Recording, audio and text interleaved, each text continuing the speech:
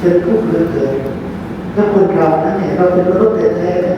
ๆแต่ทำไมเราจึงใช้ชีวิตแบบสุรุ่ยสุร่ายอยู่แบบคนที่ไม่ได้รับการฝึกฝนอบรมอะไร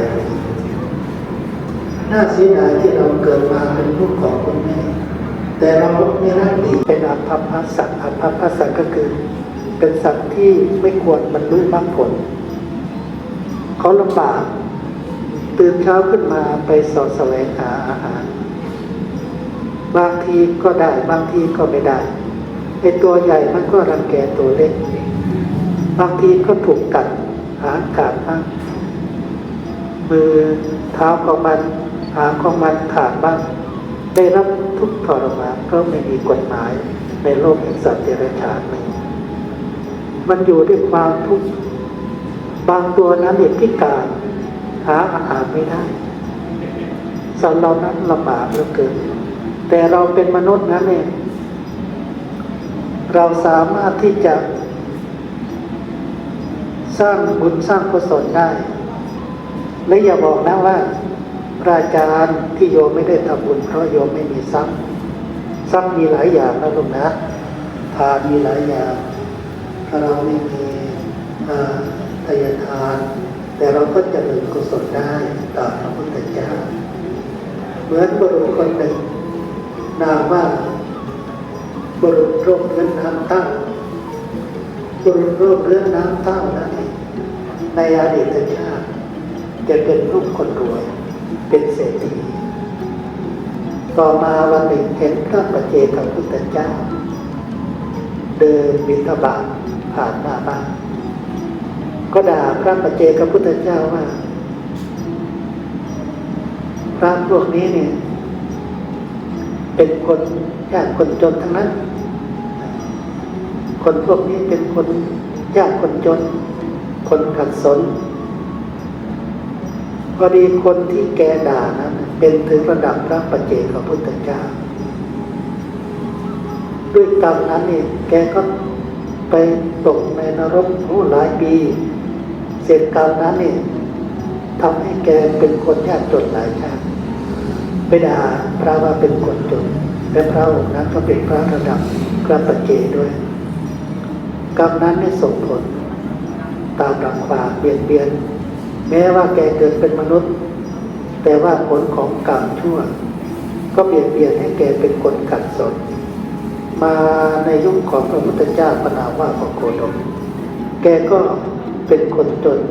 ตามตัวแกก็เป็นตะปุ่มตะปางนี้น้ำเหลืองไหลเยิ้มท่านเรียกว่าบุรุษโรคเรื้อนน้ำเต้าวันหนึ่งแกได้ยินว่าพระพุทธเจ้าแสดงธรรมแกก็ตั้งใจว่าจะไปฟังธรรมกับเขาเมื่อตัดสินใจแล้วก็ไปฟังธรรมะฟังไปฟังมาได้บรรลุพระโสดาบันด้วยเหตุดีที่แกเคยสร้างไว้เคยฟังธรรมเคยเจริญสติที่พระอาจารย์บอกเมื่อกี้เวลาเรายืนรอรถเมล์นั่งเครื่องบิน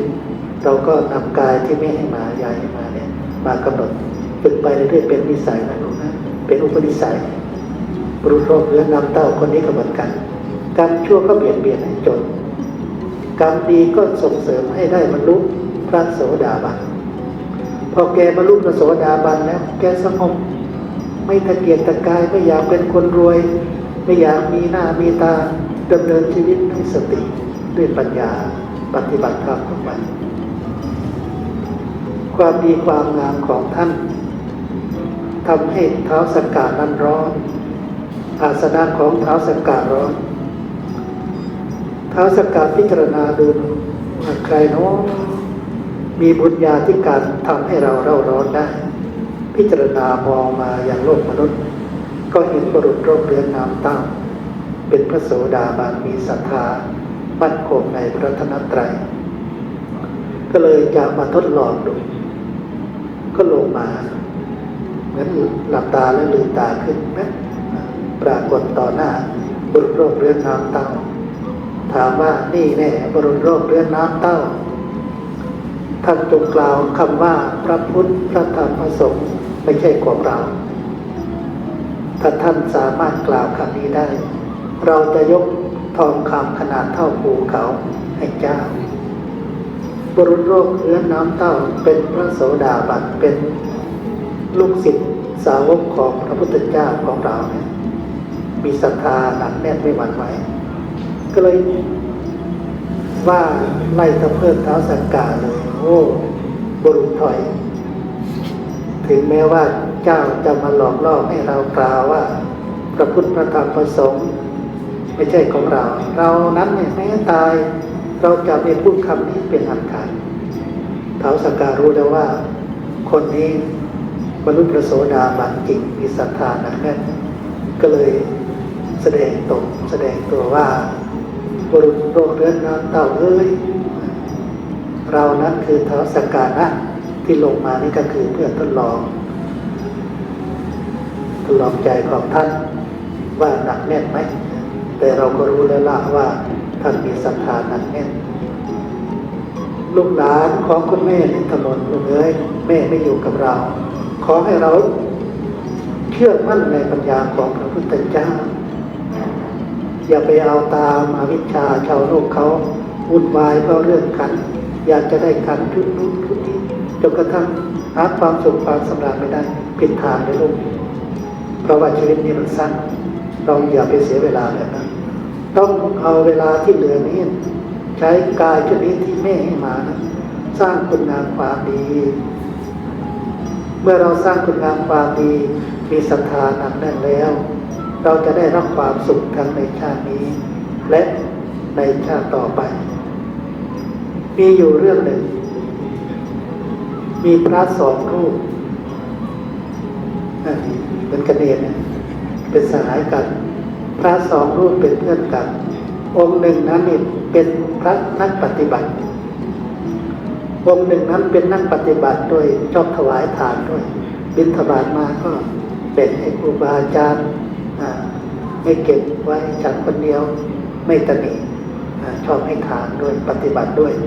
อีกองค์หนึ่งนั้นเนี่ย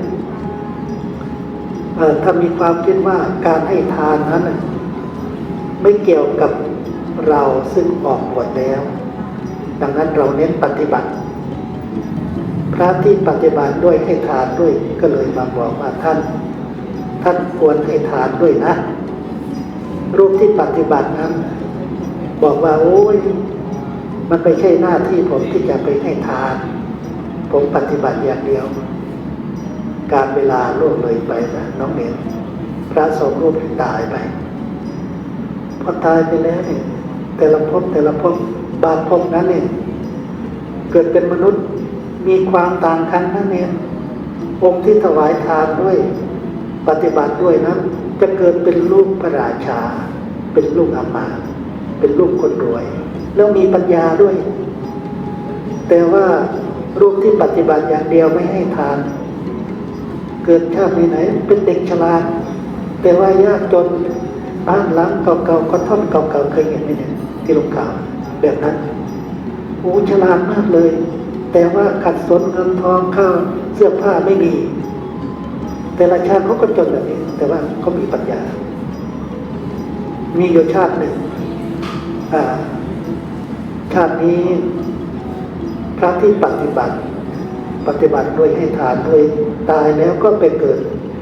เป็นลูกของพระนางสุมนาเทวีนางสุมนาเป็นอัครเมสีลูกเป็นลูกของกษัตริย์แต่ว่าพระที่ปฏิบัติอย่างเดียวไม่ให้ทานไปเกิดเป็นลูกของคนใช้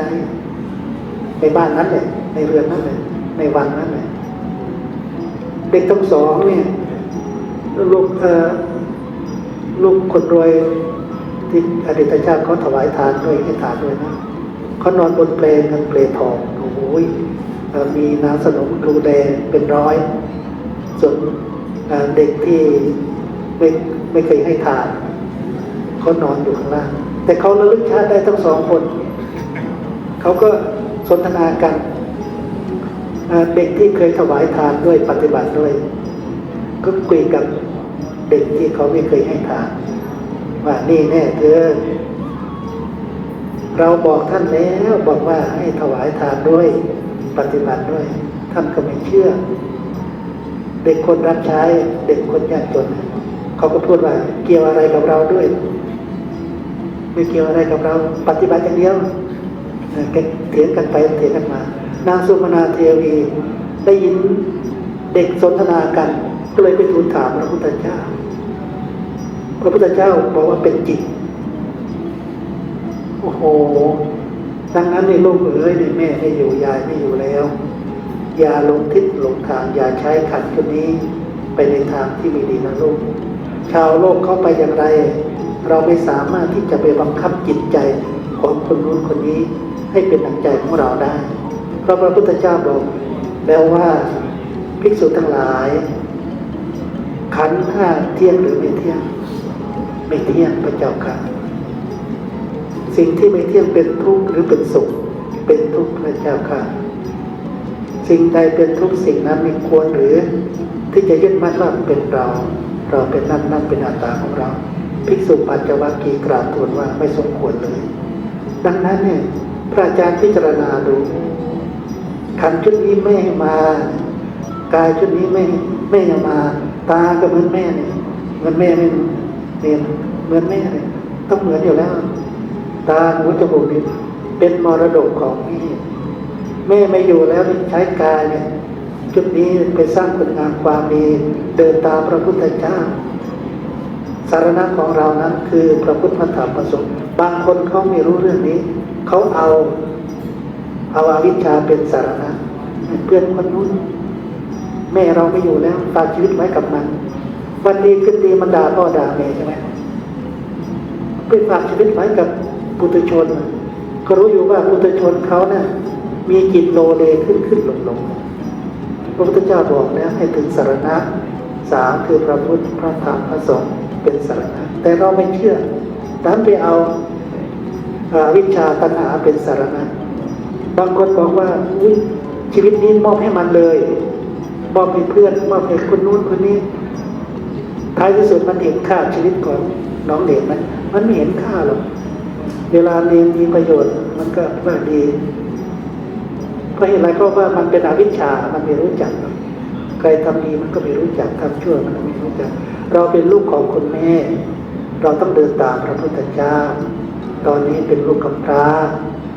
ที่พึ่งของเราคือพระพุทธพระธรรมพระสงฆ์นะลูกนะพระอาจารย์ได้แสดงไม่ได้เอานาฬิกามาอัพแค่นี้ก็แล้วกันพระอาจารย์ได้แสดงพระธรรมเทศนามาเกี่ยวกับเรื่องขันธ์มีห้าคือกองรูปกองเวทนากองสัญญากองสังขารกองวิญญาณรูปเวทนาสัญญาสังขารวิญญาณไม่เที่ยงเป็นทุกข์เป็นอนัตตาแม่นิธรรมรัตน์คุณให้เรามามอบการชนิดให้เรามาแม่ไม่อยู่แล้วเราจะเอามรดกของคนแม่นั้นมาใช้ให้เป็นประโยชน์นำไปสร้างบุญสร้างกุศลนำมาเป็นอารมณ์ของสติของปัญญาเพราะว่านี่คือที่สุดแห่งมรดกที่คุณแม่มอบให้เมื่อเราปฏิบัติได้แบบนี้เราก็จะได้ความสุขที่แท้จริงความสุขที่เราได้เรียนรู้จากขันธ์ชุดนี้เรียนรู้ว่าสิ่งนี้ไม่มีสาระไม่มีแก่นสารนั่นแหละคือประโยชน์ที่แท้จริงของเรา